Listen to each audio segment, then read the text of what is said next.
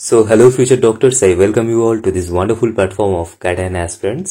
Hello everyone, তোমাদের মধ্যে যারা যারা এই বছর নিটের কাউন্সেলিং অ্যাটেন্ড করছো তোমাদের সকলের জন্য আজকের এই পুরো ডিসকাশনটা ভীষণই গুরুত্বপূর্ণ হতে চলেছে। আমি তোমাদের সকলকে রিকোয়েস্ট করব তোমরা পুরো ভিডিওটা লাস্ট অবধি দেখবে এবং প্রত্যেকটা বিষয় ভালো মতোভাবে বুঝবে।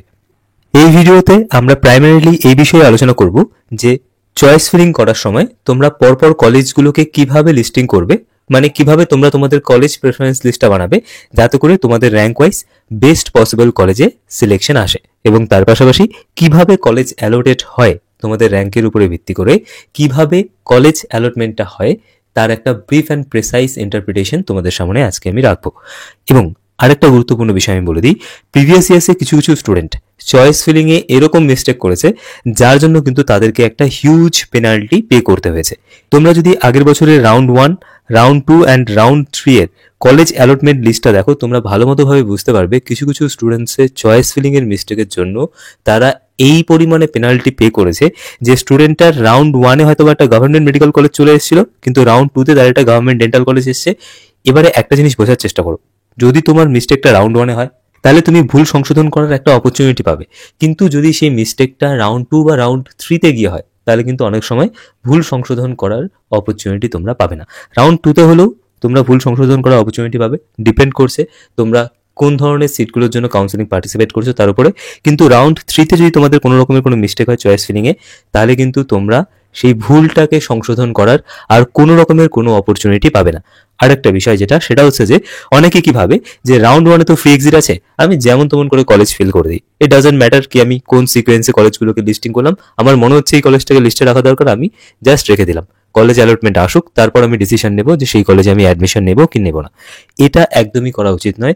তার কারণ হচ্ছে গিয়ে, যদি ধরো তোমাদের রাউন্ড 1-এ কোনো একটা কলেজে সিট অ্যালটমেন্ট আসে এবং সেই কলেজে যদি তুমি অ্যাডমিশন না নাও তাহলে কোনো অসুবিধা হয় না, তোমরা সিম্পলি রাউন্ড 2 কাউন্সিলিংয়ের জন্য অটো এলিজিবল হয়ে যাও, মাঝখানে কোনো রকমের কোনো ফিস পেমেন্ট করতে হয় না, কিছু করতে হয় না, অটোমেটিক্যালি তোমরা রাউন্ড 2 কাউন্সিলিংয়ে চয়েস ফিলিং করার জন্য এলিজিবল হয়ে যাও।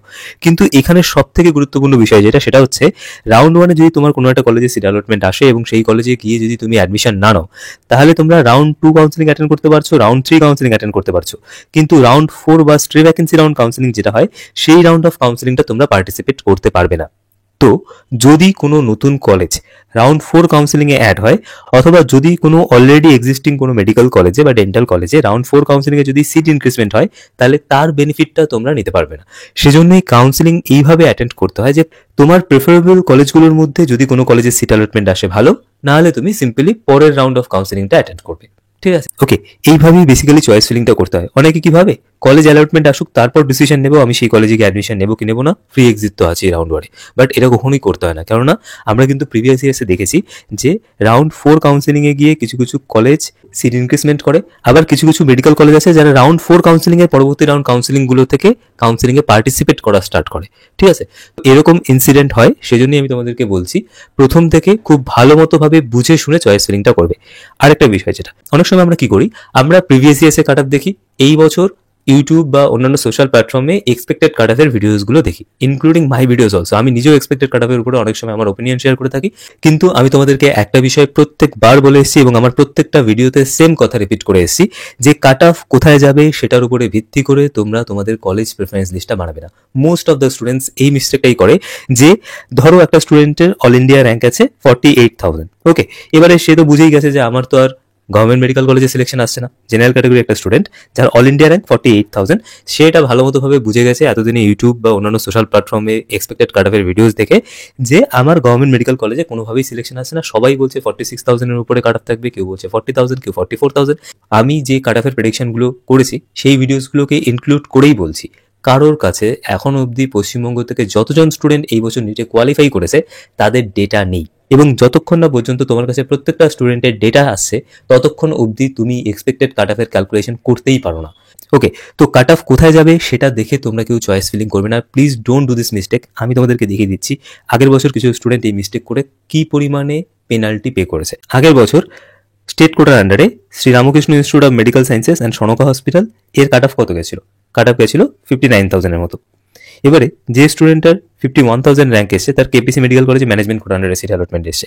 যে স্টুডেন্টের 55,000 অল ইন্ডিয়া র্যাঙ্ক ছিল তার কেপিসি মেডিকেল কলেজে ম্যানেজমেন্ট কোটা আন্ডারে সিট অ্যালটমেন্ট এসেছে।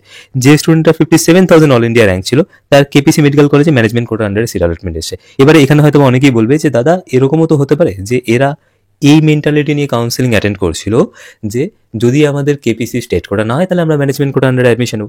Definitely that could be possible. তো এরা হয়তোবা সেই মেন্টালিটি নিয়ে কাউন্সিলিং অ্যাটেন্ড করেছে, আমি তোমাদের সেই ধারণাটাকেই মান্যতা দিচ্ছি। এরপর দেখো কি হয়েছে, এই স্টুডেন্টটা যার র্যাঙ্ক হচ্ছে কি 64,000, তার অ্যালটমেন্ট এসছে হচ্ছে জগন্নাথ গুপ্ত ইনস্টিটিউট অফ মেডিকেল সায়েন্সেসে। তারপর আরেকটা বিষয় দেখো, এই যে স্টুডেন্টটা যার অল ইন্ডিয়া র্যাঙ্ক হচ্ছে 81,000, তার অ্যালটমেন্ট এসছে Gouri Devi institute of medical সায়েন্সেসে।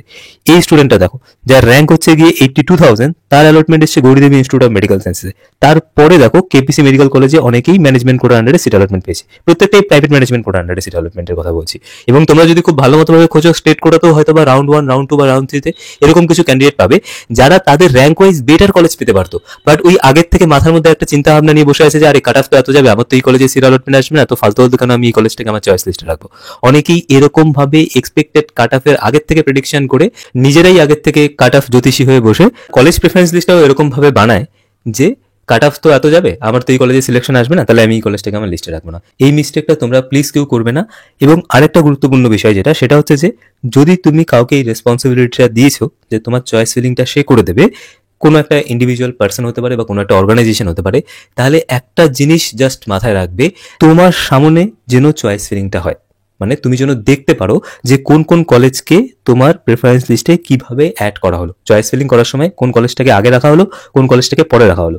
Choice locking করার আগে চয়েসগুলোকে সেভ করে পিডিএফটা ভালো মতো ভাবে দেখবে যে কোন কলেজটা তোমার প্রেফারেন্স লিস্টে আগে রাখা হয়েছে, কোনটাকে পরে রাখা হয়েছে। অ্যাকর্ডিংলি প্রত্যেকটা বিষয় চেক করবে, তারপর কিন্তু চয়েস লকিং করবে। জেনারেলি ম্যানেজমেন্ট কোটার ক্ষেত্রে এটা দেখা যায় যে একটা বা দুটো কলেজকে তাদের প্রেফারেন্স লিস্টে অ্যাড করে রাখে। ম্যানেজমেন্ট কোটার জন্য যারা কাউন্সিলিং পার্টিসিপেট করছো, তোমার র্যাঙ্ক যদি 1,50,000 হয়, ধরে নিচ্ছি তোমার র্যাঙ্ক হচ্ছে 1,50,000, ঠিক আছে? যদি তোমার র্যাঙ্ক 1,50,000 হয়, স্টিল তোমার প্রেফারেন্স লিস্টে প্রথম যে কলেজটা থাকবে আমাদের ওয়েস্ট বেঙ্গলের ম্যানেজমেন্ট কোটার ক্ষেত্রে সেটা হবে হচ্ছে কেপিসি মেডিকেল কলেজ। ওকে, তোমার র্যাঙ্ক যদি 2 লাখ হয়, স্টিল তোমার প্রেফারেন্স লিস্টে প্রথম যে কলেজটা থাকবে that will be KPC medical college under management quota, যদি তুমি ম্যানেজমেন্ট কোটা আন্ডারে অ্যাডমিশন নিতে চাও। তোমার র্যাঙ্ক যদি 3 লাখ হয়, স্টিল তোমার প্রেফারেন্স লিস্টে প্রথম ম্যানেজমেন্ট কোটার যে কলেজটা থাকবে that will be KPC medical college. In fact তোমার র্যাঙ্ক যদি 8 লাখ হয় না, এবং তুমি যদি পশ্চিমবঙ্গের একটা প্রাইভেট মেডিকেল কলেজে ম্যানেজমেন্ট কোটা আন্ডারে অ্যাডমিশন নিতে চাও, স্টিল তোমার প্রেফারেন্স লিস্টে প্রথম যে প্রাইভেট মেডিকেল কলেজটা থাকবে ম্যানেজমেন্ট কোটা আন্ডারে that will be KPC medical college. আগের বছর কেপিসি মেডিকেল কলেজের ক্ষেত্রে কাট অফ গেছিল 1,13,000, এবং একটা স্টুডেন্ট যার অল ইন্ডিয়া র্যাঙ্ক 81,000, যার অল ইন্ডিয়া র্যাঙ্ক 82,000, সেই স্টুডেন্টটা Gouri Devi institute of medical sciences পেয়ে বসে আছে। তারপরে অনেক স্টুডেন্ট আছে যারা কেপিসি মেডিকেল কলেজে ম্যানেজমেন্ট কোটা আন্ডারে সিট অ্যালটমেন্ট পেয়েছে। So what ever is your rank, তোমার প্রেফারেন্স লিস্টে সেই কলেজগুলোই উপরের দিকে থাকবে যে কলেজগুলো তোমার কাছে বেশি প্রেফারেবল। ওকে, আচ্ছা, এবারে তাহলে তোমরা কলেজ প্রেফারেন্স লিস্টটা কিভাবে তৈরি করবে? তোমরা যখনই কোনো একটা কলেজ প্রেফারেন্স লিস্ট তৈরি করবে, তোমাদের র্যাঙ্ক যাই হোক না কেন, ইরেসপেক্টিভ অফ ইউর র্যাঙ্ক, তোমার প্রেফারেন্স লিস্ট এইরকম ভাবে তৈরি করতে হবে যেন তোমার টার্গেট থাকে গভর্নমেন্ট মেডিকেল কলেজ। ঠিক আছে, অলওয়েজ তোমার র্যাঙ্ক 1 লাখ আছে, তোমার র্যাঙ্ক 2 লাখ আছে, দ্যাট ডাজন্ট ম্যাটার, তোমার টার্গেট হবে government medical college. Always your first priority will B a government medical college. যদি গভর্নমেন্ট মেডিকেল কলেজে তোমার সিট অ্যালটমেন্ট না আসে, এবং যদি তুমি চাও প্রাইভেট মেডিকেল কলেজের স্টেট কোটার আন্ডারে যে সিটগুলো আছে সেগুলোতে অ্যাডমিশন নেওয়ার জন্য, গভর্নমেন্ট মেডিকেল কলেজগুলোকে লিস্ট করার পর তুমি প্রাইভেট মেডিকেল কলেজের স্টেট কোটার যে সিটগুলো আছে সেগুলোকে লিস্টিং করবে। এবং তারপর যদি তুমি এটা ভাবো যে যদি আমার প্রাইভেট মেডিকেল কলেজে স্টেট কোটার আন্ডারে কোনো সিট না আসে, তখন তোমার ডিসিশন হবে ম্যানেজমেন্ট কোটার আন্ডারে যে সিটগুলো আছে সেই সিটগুলোতে অ্যাডমিশন নেবো। যদি তুমি চাও যে আমি ম্যানেজমেন্ট কোটার আন্ডারে কোনো কলেজ পেলে সেই কলেজে অ্যাডমিশন নেবো, then management quota should be your last option. Even private medical কলেজের স্টেট কোটাও তোমার গভর্নমেন্ট মেডিকেল কলেজের পর থাকা উচিত। ধরে নিচ্ছি তোমার র্যাঙ্ক হচ্ছে 48,000, একটু আগে যে বিষয়টা নিয়ে আমরা আলোচনা করতে শুরু করেছিলাম সেটা হচ্ছে, ধরে নিচ্ছি তোমার র্যাঙ্ক হচ্ছে 48,000, তুমি মোটামুটি ভাবে বুঝে গেছো যে তোমার এখন গভর্নমেন্ট মেডিকেল কলেজে সিট অ্যালটমেন্ট আসবে না। তো কখনোই কিন্তু এটা করবে না যে গভর্নমেন্ট মেডিকেল কলেজকে তোমার চয়েস লিস্টে রাখবে না। গভর্নমেন্ট মেডিকেল কলেজ তোমাদের সকলের প্রেফারেন্স লিস্টে উপরে থাকা উচিত। তারপর তুমি সেমি গভর্নমেন্ট মেডিকেল কলেজগুলোকে বা প্রাইভেট মেডিকেল কলেজে যে স্টেট কোটা সিট আছে সেগুলোকে লিস্টিং করবে। গভর্নমেন্ট মেডিকেল কলেজকে সবার উপরে রাখবে, গভর্নমেন্ট মেডিকেল কলেজের পর তুমি প্রাইভেট মেডিকেল কলেজের স্টেট কোটা সিটগুলোকে লিস্টিং করবে। তোমার র্যাঙ্ক যাই হোক না কেন, তোমার র্যাঙ্ক যদি 1 লাখ হয় না, এবং তোমাকে যদি কেউ অ্যাডভাইস গুলো দিতে আসে যে আপনার তো গভর্নমেন্ট মেডিকেল কলেজ হবে না, তো আপনি কিভাবে সিলেকশন নেবেন, গভর্নমেন্ট মেডিকেল কলেজে লিস্টিং করা ফালতু হবে। দেখো, আনরিজার্ভ ক্যাটাগরি ক্যান্ডিডেটদের ক্ষেত্রে 1 লাখ অল ইন্ডিয়া র্যাঙ্কে না তো গভর্নমেন্ট মেডিকেল কলেজে আসবে, না তো প্রাইভেট মেডিকেল কলেজের স্টেট কোটা সিটগুলো আসবে। বাট স্টিল তুমি যখন চয়েস ফিলিং করবে তখন প্রথমে তোমার গভর্নমেন্ট মেডিকেল কলেজগুলোকে রাখবে, তারপর তুমি প্রাইভেট মেডিকেল কলেজের স্টেট কোটা সিটগুলোকে রাখবে, তারপর যদি তুমি ম্যানেজমেন্ট কোটার আন্ডারে কোনো কলেজে অ্যাডমিশন নিতে চাও তারপর তুমি ম্যানেজমেন্ট কোটার সিটগুলোকে রাখবে। কখনোই এরকম হয় না যে একটা স্টুডেন্টের র্যাঙ্ক ধরো 90,000, একটা স্টুডেন্টের র্যাঙ্ক ধরো 1,00,000, এবারে এদের মধ্যে মেইন লড়াইটা হচ্ছে কেপিসি মেডিকেল কলেজের ম্যানেজমেন্ট কোটার সিটটা নিয়ে। কখনোই এরকম হবে না যে 1,00,000 র্যাঙ্কের যে স্টুডেন্টটা আছে সে হয়তো বা এর প্রেফারেন্স লিস্টে 1 নম্বরে কেপিসি মেডিকেল কলেজের ম্যানেজমেন্ট কোটার সিটটাকে রেখেছে, আর 90,000 যার র্যাঙ্ক সে হয়তো বা কেপিসি মেডিকেল কলেজের ম্যানেজমেন্ট কোটার সিটটাকে ধরে নিচ্ছি 30 নম্বরে রেখেছে। ওকে, তো এই যে স্টুডেন্টটা আছে যার র্যাঙ্ক 1,00,000, তার কেপিসি মেডিকেল কলেজের ম্যানেজমেন্ট কোটা সিটটা পাওয়ার পসিবিলিটিটা বেড়ে গেল, 90,000 এর কম হয়ে গেল। যেহেতু 90,000 অল ইন্ডিয়া র্যাঙ্ক 1,00,000 থেকে অনেকটা আগে আসে, তাই এর অ্যালটমেন্ট আগে হবে কেপিসি মেডিকেল কলেজে ম্যানেজমেন্ট কোটার জন্য। তারপর যদি সিট ভ্যাকেন্ট থাকে তখন 1,00,000 র্যাঙ্কের যে স্টুডেন্টটা আছে সেই ম্যানেজমেন্ট কোটার সিটটা পাবে। ঠিক আছে, র্যাঙ্ক যার আগে তার কলেজ প্রেফারেন্সেস আগে চেক হবে, তার কলেজ অ্যালটমেন্ট আগে হবে, এবং যার র্যাঙ্ক পরে তার কলেজ প্রেফারেন্সেস পরে চেক হবে এবং তার কলেজ অ্যালটমেন্ট পরে আসবে। ভালো মতো ভাবে বুঝে নাও কলেজ কিভাবে অ্যালটমেন্ট হয়। প্রথমত হচ্ছে কলেজ অ্যালটমেন্টের ক্ষেত্রে কোনো রকমের কোনো হিউম্যান ইন্টারফারেন্সেস নেই। মাঝখানে কোনো একজন ব্যক্তি বা কয়েকজন ব্যক্তি বসে এই ডিসিশনটা নেয় না যে এই স্টুডেন্টটাকে আমি কোন কলেজে সিট অ্যালটমেন্ট দেবো। কলেজ অ্যালটমেন্ট পুরোপুরিভাবে তোমাদের মেরিটের বেসিসে হয়, মানে তোমাদের অল ইন্ডিয়া র্যাঙ্ক, তোমাদের ক্যাটাগরি এবং তোমার প্রেফারেন্স লিস্ট, এই তিনটে বিষয়কে মাথায় রেখে সার্ভার তোমার জন্য কলেজ অ্যালট করে। কলেজ অ্যালটমেন্টের যে প্রসেসটা আছে পুরোটা অনলাইনে হয়, ঠিক আছে, এবং পুরোটা একটা সার্ভার জেনারেটেড প্রসেস। একটা ডেজিগনেটেড সার্ভার আছে, যে সার্ভারের কাজ হচ্ছে গিয়ে এটা যে ক্যান্ডিডেটসদের অল ইন্ডিয়া র্যাঙ্কের বেসিসে পরপর তাদের প্রেফারেন্স লিস্টগুলো চেক করা। মানেটা বোঝো, মানে হচ্ছে একটা স্টুডেন্ট যার র্যাঙ্ক 30,001, সেই স্টুডেন্টটার কলেজ প্রেফারেন্স লিস্ট সার্ভার পরপর করে চেক করবে। কলেজ অ্যালটমেন্টের যে পুরো প্রসেসটা আছে পুরো প্রসেসটা হয় অনলাইনে, এবং একটা ডেজিগনেটেড সার্ভার আছে যে সার্ভার কি করে ক্যান্ডিডেটসদের র্যাঙ্ক ওয়াইজ তাদের প্রেফারেন্স লিস্টটা চেক করে, এবং প্রত্যেকটা কলেজ চেক করতে যেতে যেতে যে কলেজে সেই ক্যান্ডিডেটটার জন্য সিট ভ্যাকেন্ট থাকবে সেই কলেজে সিট অ্যালটমেন্ট করে দিয়ে তার পরের র্যাঙ্কের ক্যান্ডিডেটটার কলেজ প্রেফারেন্স লিস্টটা চেক করবে। সেই স্টুডেন্টটার প্রত্যেকটা কলেজ, মানে তার প্রেফারেন্স লিস্টে থাকা প্রত্যেকটা কলেজকে সার্ভার চেক করবে। যখন সে চয়েস ফিলিং করবে, যে কলেজগুলোকে সে লিস্টিং করবে, প্রত্যেকটা কলেজকে পরপরভাবে সে চেক করতে করতে যাবে, এবং এইভাবে চেক করতে করতে যেতে যেতে যে কলেজে সেই ক্যান্ডিডেটটার জন্য সিট ভ্যাকেন্ট থাকবে সেই কলেজে সিট অ্যালটমেন্ট করে সার্ভার বেরিয়ে গিয়ে তারপর তার পরের র্যাঙ্কের যে ক্যান্ডিডেটটা আছে তার প্রেফারেন্স লিস্টটা চেক করবে। এরকম কখনোই হয় না যে ধরো 30,001 র্যাঙ্ক অ্যান্ড 30,002 র্যাঙ্ক এই দুটো ক্যান্ডিডেটের কলেজ প্রেফারেন্স লিস্ট একসাথে চেক হচ্ছে। যার র্যাঙ্ক আগে তার কলেজ প্রেফারেন্স লিস্ট আগে চেক হবে, তার কলেজ প্রেফারেন্স লিস্টে থাকা প্রত্যেকটা কলেজকে সার্ভার আগে চেক করবে। করতে করতে যে কলেজে তার জন্য সিট ভ্যাকেন্ট থাকবে সেই কলেজে তার জন্য সিট অ্যালটমেন্ট করে দিয়ে বেরিয়ে গিয়ে তারপরে সার্ভার তার পরের র্যাঙ্কের যে ক্যান্ডিডেটটা আছে সেই ক্যান্ডিডেটটার কলেজ প্রেফারেন্স লিস্ট চেক করবে। একটা বিষয় মাথায় রেখো, তোমাদের র্যাঙ্ক যাই হোক না কেন তোমাদের উচিত তোমাদের কাছে মোস্ট প্রেফারেবল কলেজ যেগুলো সেগুলোকে তোমাদের প্রেফারেন্স লিস্টে আগে রাখা, লেস প্রেফারেবল কলেজ যেগুলো সেগুলোকে তোমাদের প্রেফারেন্স লিস্টে পরে রাখা। তাতে করে কোনোদিনই এরকম হবে না যে ধরো তুমি আইকিউ সিটি মেডিকেল কলেজে স্টেট কোটা আন্ডারে অ্যাডমিশন নিতে চাইছো, তো তোমার পরের একটা ক্যান্ডিডেট সে আইকিউ সিটি মেডিকেল কলেজে স্টেট কোটাটাকে আগে রেখেছে জন্য, তার প্রেফারেন্স লিস্টে 1 নম্বরে রেখেছে জন্য ওর আইকিউ সিটি আসার পসিবিলিটি বেশি, তোমার কম। যার র্যাঙ্ক ভালো, যার র্যাঙ্ক আগে, তার প্রত্যেকটা কলেজ সার্ভার আগে চেক করবে। Government medical college, private medical college, state quota, management quota, যেভাবেই সে লিস্ট করবে কলেজগুলোকে, তার প্রত্যেকটা কলেজকে আগে চেক করবে, তারপর তার পরের র্যাঙ্কে যে ক্যান্ডিডেটটা থাকবে তার প্রেফারেন্স লিস্ট চেক হবে। আরেকটা বিষয় আমি তোমাদেরকে একটুখানি বলে দিই জাস্ট, আগের বছর 1-2 ক্যান্ডিডেট আমি দেখেছিলাম এই ভুলটা করেছিল।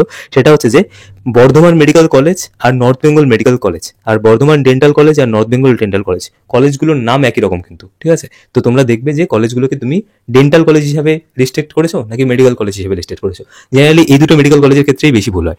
যখন তোমরা চয়েস ফিলিং করবে না, চয়েসগুলোকে লকিং করার আগে সেফট চয়েসেসের একটা পিডিএফ নিয়ে নেবে। ওকে, সেফট চয়েসেসের পিডিএফটাকে তোমরা ডাউনলোড করবে। ডাউনলোড করে তোমরা দেখবে যে সেখানে কোন কোন কলেজকে তুমি লিস্ট করেছো, পাশে মেনশন করা থাকবে কোন কোটার আন্ডারে লিস্ট করেছো, এবং তার আগে দেখবে সেটা মেডিকেল কলেজ না ডেন্টাল কলেজ, এখানে লেখা থাকবে এমবিবিএস না বিডিএস, ঠিক আছে? তো প্রত্যেকটা কলেজকে ভালো মতো ভাবে চেক করবে, তাড়াহুড়ো করবে না, খুব ভালো মতো ভাবে কলেজগুলোকে লিস্টিং করবে। লিস্ট করার পরে লক করার আগে সেফট চয়েসেসের পিডিএফটা নেবে, পিডিএফটা নিয়ে সবকিছু চেক করবে।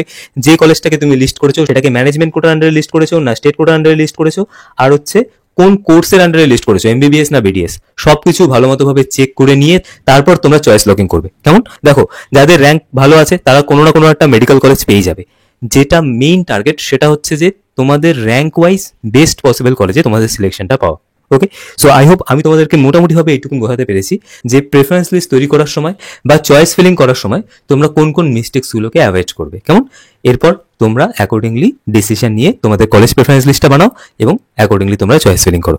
ওকে, তো আজকের এই ভিডিও নিয়ে তোমাদের যার যা মন্তব্য তোমরা কমেন্টের মাধ্যমে জানিও। যদি তোমাদের পুরো ডিসকাশনটা ভালো লাগে প্লিজ ভিডিওটিকে লাইক করো, চ্যানেলটিকে সাবস্ক্রাইব করো এবং এই ভিডিওটি তোমাদের বন্ধুদের সাথে অবশ্যই শেয়ার করো। কেমন?